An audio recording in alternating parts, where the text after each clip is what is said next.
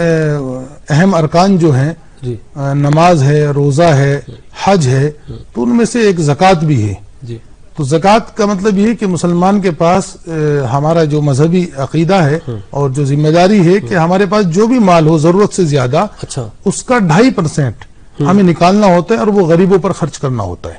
اس کا نام زکوٰۃ ہے. اور زکوٰۃ سال میں ایک بار دی جاتی ہے، یعنی آپ کے پاس جو زائد مال ہے اس پر ایک سال گزر جائے تب زکوٰۃ ہوتی ہے. تو اس لیے رمضان میں اس لیے اکثر لوگ زکوٰۃ دیتے ہیں کہ رمضان کے مہینے میں نیکیاں بڑھ جاتی ہیں، یعنی کہ رمضان میں ایک نیکی کرنے سے 70 نیکیوں کے برابر ثواب ملتا ہے. اچھا تو لوگوں کی رہتا ہے کہ رمضان میں زکوٰۃ نکالی جائے، تو رمضان میں لوگ زکوٰۃ نکال کر کے غریبوں کو، تاکہ جو ہمارے دوسرے غریب لوگ ہیں وہ بھی اچھے سے عید منا سکیں اور ان کی بھی ضروریات پوری ہو سکے. اور یہ نکالنا چاہیے، اور یہ ایک بہت اہم فریضہ ہے اسلام کا. اس میں ہم ڈھیل کرتے ہیں، ڈھیل نہیں ہونی چاہیے. جو لوگ صاحب حیثیت ہیں، مالدار ہیں، ان کی ذمہ داری بنتی ہے کہ وہ اپنی زکوٰۃ نکالیں اور دوسرے لوگوں تک پہنچائیں. جو غریب ہیں، کمزور ہیں، ان تک اس زکوٰۃ کو پہنچایا جائے اور اس کو ادا کیا جائے. اچھا مولانا صاحب، اس دے وچ میں ایک گل یہ جاننا چاہنا کہ رمضان دے دناں وچ ایک تے روزہ ہوندا ہے، پورا دن آدمی نو بھوکے پیاسے رہنا پیندا ہے، سویرے تو لے کے شام دا جڑا وقت ہوندا ہے، ادے وچ کی باقی ٹائم پورا دن کی کردا ہے ایک روزہ دار جڑا ہوندا ہے؟ دیکھیے، رمضان کے لیے بہتر طریقہ یہی ہوتا ہے کہ ہم 11 مہینے کماتے ہیں خوب، تو ایک مہینہ اپنا کاروبار وغیرہ تھوڑا کم کر کے آگے پیچھے کر کے اس مہینے کو صحیح طریقے سے منایا جائے. اور صحیح طریقہ یہ کہ روزہ رکھ کر، بہت سارے لوگ تو ایسے ہوتے ہیں کہ ٹائم پاس کرنا ہوتا ہے کہ کچھ الٹے سیدھے کام کرنے لگے، اپنا ٹائم پاس کرنے لگے. نہیں، اچھا طریقہ یہ اور ہونا چاہیے کہ روزہ رکھ کر سب سے زیادہ قرآن کریم کی تلاوت کی جائے. اچھا، کیونکہ ہماری جو کتاب ہے قرآن کریم، اس کا تعلق رمضان سے بہت اہم ہے، اور وہ یہ کہ رمضان میں قرآن کریم پورا نازل ہوا ہے. اچھا، اور ہمارے نبی محمد ربی صلی اللہ علیہ وسلم رمضان میں پورا مکمل قرآن کریم پڑھتے تھے، اس کا دور کرتے تھے. تو ہمیں رمضان میں زیادہ سے زیادہ تلاوت کرنی چاہیے. قرآن کریم کو جتنا ہو سکے اتنا پڑھنا چاہیے، کیونکہ سب سے زیادہ جو ثواب ہے، سب سے بڑی جو عبادت ہے روزہ رکھنے کے بعد نمازوں کے علاوہ، وہ قرآن کریم کی تلاوت ہے. مولانا صاحب بڑی خوبصورت گل تسی کیتی کہ رمضان دے دناں وچ ہی قرآن نازل ہوئی سی تے قرآن دی تلاوت کیتی جاندی ہے، نعت دا پاٹھ کیتا جاندا ہے، نعت پڑھی جاندی ہے. تے ناظرین، کیوں نہ ساڈے اسٹوڈیو وچ شہناز بھارتی صاحبہ آئے نے، انہاں تو اسی ایک نعت سنیے. کل خواب میں مجھ کو بھی سرکار نظر آئے، کل خواب میں مجھ کو بھی سرکار نظر آئے، کل خواب میں مجھ کو بھی سرکار نظر آئے، طیبہ کی حسین گلیاں، طیبہ کی حسین گلیاں، بازار نظر آئے، طیبہ کی حسین گلیاں، بازار نظر آئے، کل خواب میں مجھ کو بھی سرکار نظر آئے، آنکھوں میں چمک ابری، چہرے پہ خوشی آئی، آنکھوں میں چمک ابری، چہرے پہ خوشی آئی، جب دور سے روزے کے، جب دور سے روزے کے مینار نظر آئے، جب دور سے روزے کے مینار نظر آئے، کل خواب میں مجھ کو بھی سرکار نظر آئے، دربار نبی کے تو پرواز مجھے آ گئے،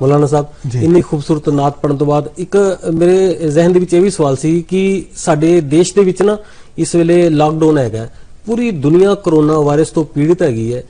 ਥੋੜਾ ਜਿਹਾ ਸਾਡੇ ਜਿਹੜੇ ਆ ਦਰਸ਼ਕ ਉਹਨਾਂ ਤੱਕ ਤੁਸੀਂ ਆਪਣਾ ਇੱਕ ਮੈਸੇਜ ਤੇ ਜੋ ਦੇਣਾ ਚਾਹੁੰਦੇ ਹੋ ਤੁਸੀਂ ਕਿ ਕਿਸ ਤਰ੍ਹਾਂ ਦਾ ਉਹ ਨਮਾਜ਼ ਕਿੱਦਾਂ ਅਦਾ ਕਰਨ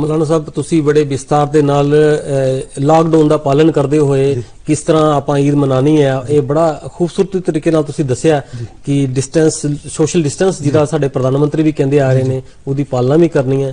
ਤੁਸੀਂ ਸਾਡੇ ਸਟੂਡੀਓ ਵਿੱਚ ਤਸ਼ਰੀਫ ਲਿਆਏ, ਇੰਨੇ ਖੂਬਸੂਰਤ ਤਰੀਕੇ ਦੇ ਨਾਲ ਈਦ ਉਲ ਫਿਤਰ ਦੀ ਅਹਿਮੀਅਤ ਦੇ ਬਾਰੇ ਚਰਚਾ ਕੀਤੀ।